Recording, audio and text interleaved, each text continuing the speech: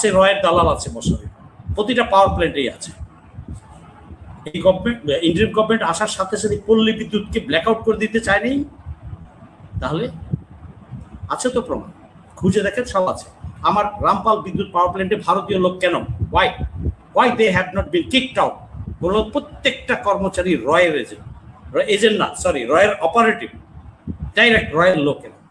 আমার রূপপুর পাওয়ার প্ল্যান্টে কেন ভারতীয়রা এখন কাছে বিদা দাও, বিভিন্ন প্রতিষ্ঠানে দাও। তো এই social and long term risk, আপনি এই আনপপুলার হয়ে যাবে গভর্নমেন্ট, এটা কি গভর্নমেন্ট বুঝতে পারছে? পাবলিক রিয়েকশন হবে, ডিপ ফ্রাস্ট্রেশন আসবে মানুষের মধ্যে, কারণ সে তো তার আয়ে চলতে পারছে না। তার বেতন 25,000 ছিল, 25,000-ই তো রয়ে গেছে।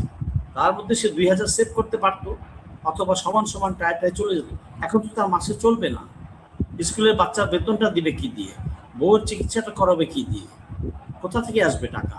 সে তো চুরি করতে পারছে না, চোররা তো চুরি করে নিয়ে যাচ্ছে। যে জন্য প্রাইস হাইক করে এখানে দাম বাড়ায়, গভর্নমেন্ট ডেফিসিয়েন্সিকে সে মোকাবেলা করতে চাচ্ছে। বাট ইট ইজ বুমেরাং, এটা তো ডিজাস্টার ডেকে আনছে। এই জিনিসগুলো তো বুঝতে হবে, কাকে দিচ্ছে, কাকে বসাইছে, কোথায় বসাই, কোনো ইকোনমিক্সকে বসাইছে ওখানে, কাদের বুদ্ধিতে এটা করেছে।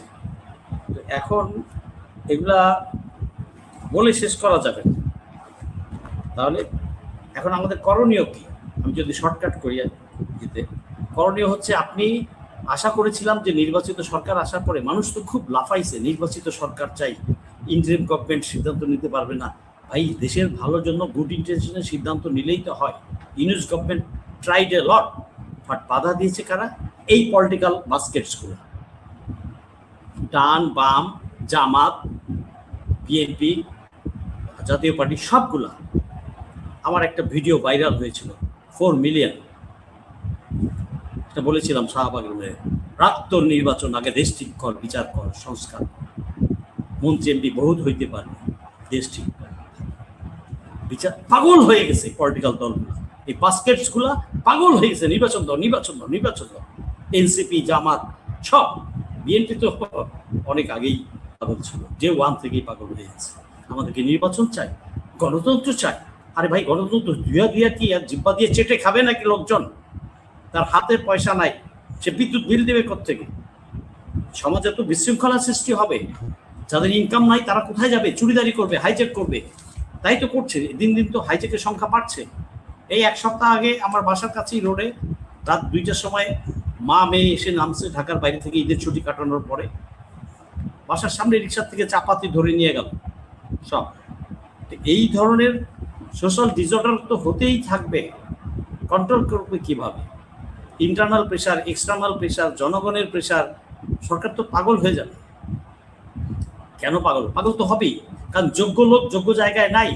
আপনি দলীয় লোক দিচ্ছেন, কি বলে, একটা বাটপারকে দিচ্ছেন, আপনি একটা ঋণ খেলাপিকে দিচ্ছেন, বাংলাদেশ ব্যাংকের গভর্নর। একে বদলাইছেন, ওকে বদলাইছেন। আরে বদলান, তার চেয়ে ভালো একটা দিয়ে বদলান। মাল কি নাই? ভালো মাল নাই? বহুত আছে, দিচ্ছে না। কতবার বলবে, কত বলা হবে এদের? বারবার বলার পরও যদি সঠিক পথে ফেরত না আসে, এভাবেই চলতে থাকে, জনগণ কিন্তু সেই আগের জনগণ নাই যে 5 বছর অপেক্ষা করবে। হাঙ্গা তো বইছি, 5টা বছর দেখি ট্রাই করে সংসারটা টিকে কিনা। জি না, সেই জনগণ নাই এখন। তোমার 5 বছরের স্বপ্ন দেখতে হবে না, তার আগেই তোমাকে ফেলে দেবে। কারণ দেওয়ালে যখন মানুষের পিঠ থেকে যায়, তখন মানুষ আর বসে বসে আঙ্গুল চুষবে না, তোমার ওই গণতন্ত্র ধুইয়া পানি খাবে না। হোয়াট ইজ গণতন্ত্র?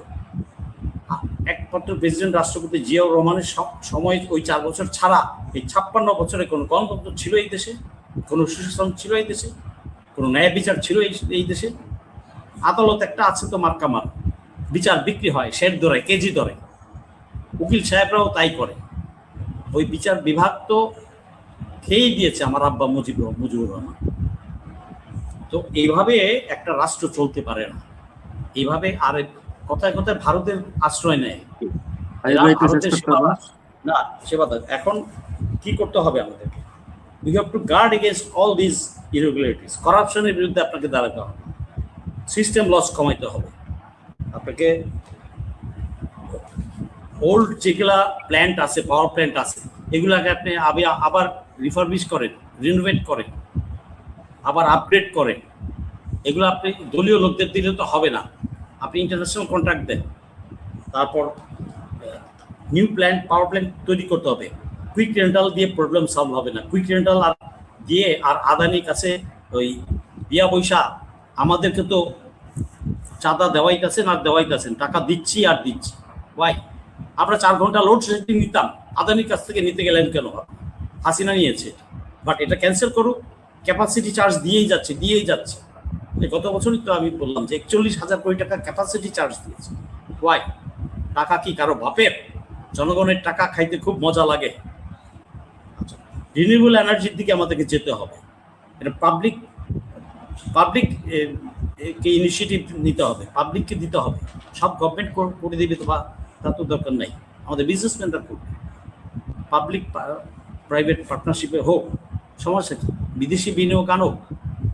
আপনি এইভাবে বিদ্যুৎ ছাড়া, এটা তো ইন্ডাস্ট্রি 2 দিন পরে বসে যাবে, অনেকগুলো ইন্ডাস্ট্রি টানতে পারবে না খরচ। তাহলে কি হবে? আবার ভারতের মাল, রাস্তা তৈরি সরাসরি তো করতে পারছি না, এমন সিস্টেম করছি যাতে না, আমাদের তো ভারত ছাড়া চলবে না, আনতে হবে। ঘুরে ফিরে ওই জায়গায় যাওয়া, এটা হচ্ছে মতলব। ওদের মতলব তো এই ধরনের। এই দেবে আমাদের বিরোধী দলগুলোও যেন কেন চুপচাপ আছে, এনসিপি চুপচাপ আছে। হাদিকে আনবে, সেটা কোনো ওদের কোনো আওয়াজ নাই। মমতা বলে দিল কে করছে না করছে, কোনো একটা দলকে দেখলাম। ওই রাত্রেই তো রাস্তা গরম হয়ে যাওয়ার কথা ছিল, হয় নাই। আশ্চর্য, এই জাতির ঘুম ভাঙবে কবে? এইগুলা আপনাকে করতে হবে। আর পাওয়ার সেক্টর থেকে যত কালপ্রিট আছে আপনাকে সরাইতে হবে, যত ওই পারের ফিট কলামিস্ট আছে পাওয়ার সেক্টরে, প্রতিটা পাওয়ার প্ল্যান্টের প্রতিটা জায়গায় খুঁজে দেখেন।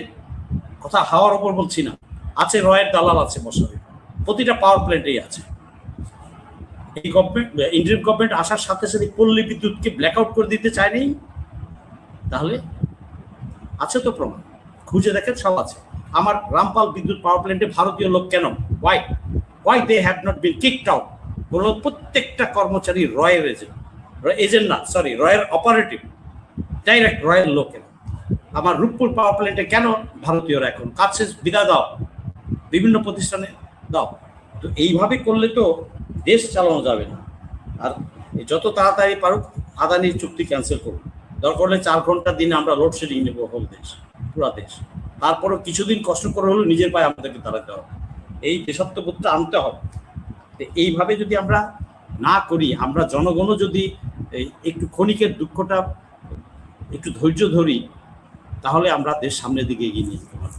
সরকারকে চাপ দিতে হবে, অ্যাট দ্য সেম টাইম সরকারকে সহযোগিতাও করতে হবে। আর সরকারেরও বোঝা উচিত যে তার করণীয়টা কি। এটা যদি না করে, তাহলে পাবলিক জনজীবন যখন বিপর্যস্ত হয়ে যাবে, তখন আপনাকে লাল সালাম দিবে, জনগণ আপনাকে লাল সালাম দিবে। জি, ধন্যবাদ।